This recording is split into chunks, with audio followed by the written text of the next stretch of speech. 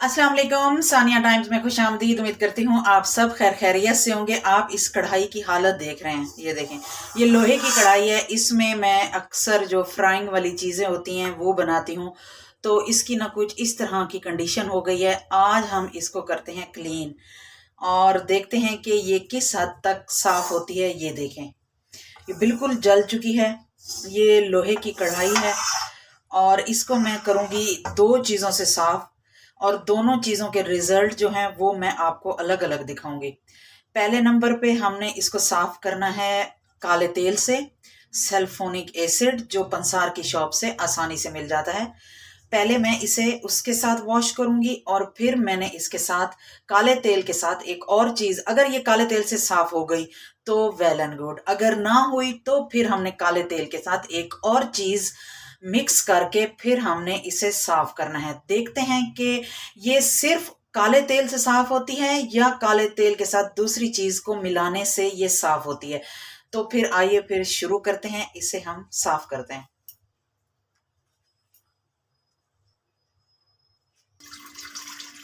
हल्का सा पानी लगाऊंगी और फिर इसमें हमने थोड़ा सा डालना है काला तेल। पंसार की शॉप से आसानी से मिल जाता है, 100, 150, 200 का ले लें।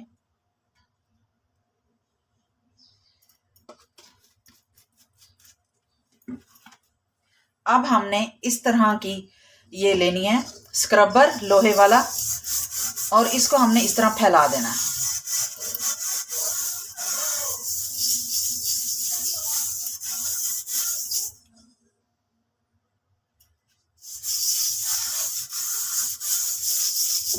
हल्का सा मैं पानी लगाऊंगी, थोड़ा सा हम इसकी बैक साइड पे भी डाल देंगे तेल।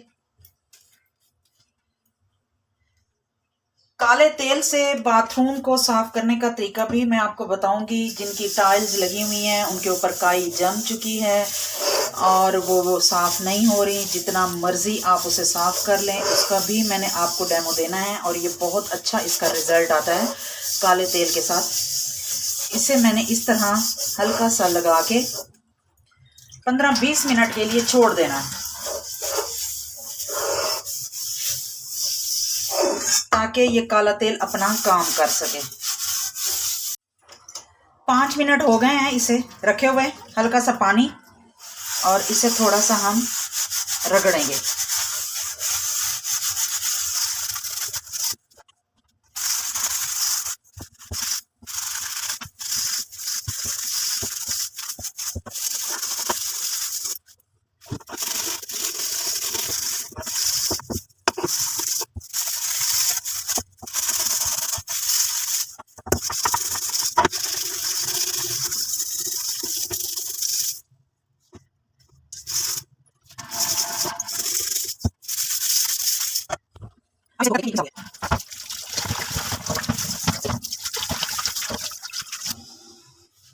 ये देखें 80% अंदर से साफ हो चुकी है कढ़ाई, बिल्कुल ये चमक गई है, इसमें शाइन भी आ गई है।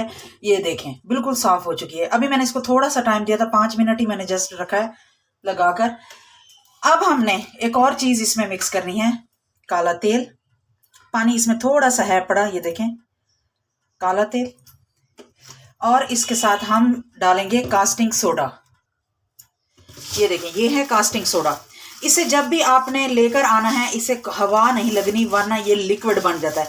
अगर लिक्विड भी बन जाए तो भी कोई इशू नहीं है, आप उसका लिक्विड यूज कर सकते हैं कंबल धोने में और कारपेट धोने में, बर्तन धोने में, वॉशरूम धोने में, कुछ भी आप धोएं इस तरह आप इसे डाल दें। मैं इतना सा ये कास्टिंग सोडा डालूंगी और ये खुद ही मेल्ट हो जाएगा इसके साथ, और इसे वापस हमने किसी एयर टाइट कंटेनर में इसी तरह बंद करके रखना है। ये देखें अब हमने इसको करना है मिक्स। कपड़ा नीचे बिछा लेती हूँ क्योंकि कढ़ाई है स्लिप होती है। तो अब ये देखें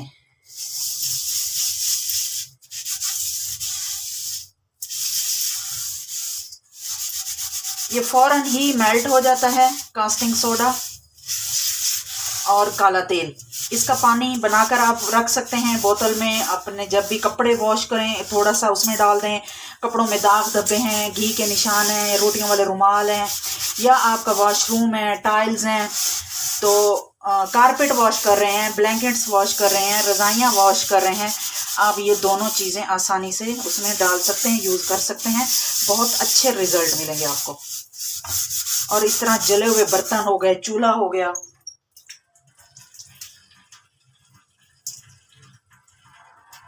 आपने ग्लव्स चढ़ा लेने हैं पहले हाथों पे, क्योंकि ये जो कास्टिंग सोडा होता है ना, ये थोड़ा सा ना हाथों की स्किन को खराब कर देता है।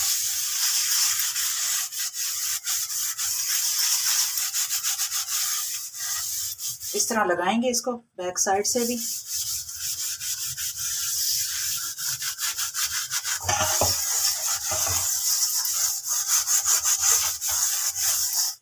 इसे हमने इसी तरह रख देना है।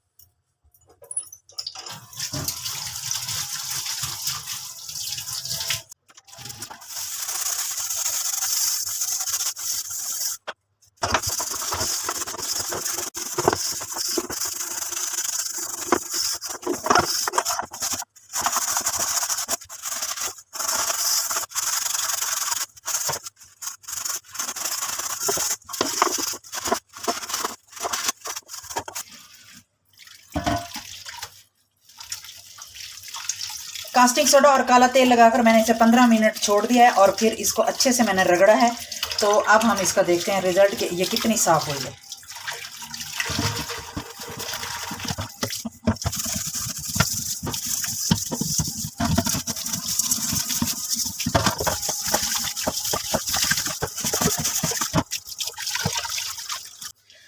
ये देखें जी कढ़ाई, आपने पहले भी देखी है और आप देख लें, ये लोहे की कढ़ाई है, शायद इसलिए ये 80-90% साफ़ हुई है। अगर ये होगी सिल्वर स्टील की तो यकीन करें ये इस तरह चमक जाएगी जिस तरह आपको इसमें शाइन नज़र आ रही है। ये देखें बैक साइड से भी ये 80% 85% साफ़ हो चुकी है। आपने वीडियो के स्टार्ट में भी देखा है और एंड में भी आप देख रहे हैं, लेकिन मैंने इसे बड़े अरसे बाद साफ़ किया है। अगर महीने में या 15 दिनों में इसे डेली साफ़ करते रहें, महीने 15 दिन बाद, तो ये इसकी ये हालत नहीं होगी। उम्मीद है आपको मेरी वीडियो अच्छी लगी होगी। अच्छी लगी है तो वीडियो को लाइक कर दें, शेयर कर दें, चैनल को सब्सक्राइब कर दें, बेल आइकन को प्रेस कर दें ताकि हर आने वाली वीडियो का नोटिफिकेशन आपको टाइम से मिल सके। अपना और अपने फैमिली मेम्बर्स का ख्याल रखें, दुआ में याद रखें। अल्लाह हाफिज़।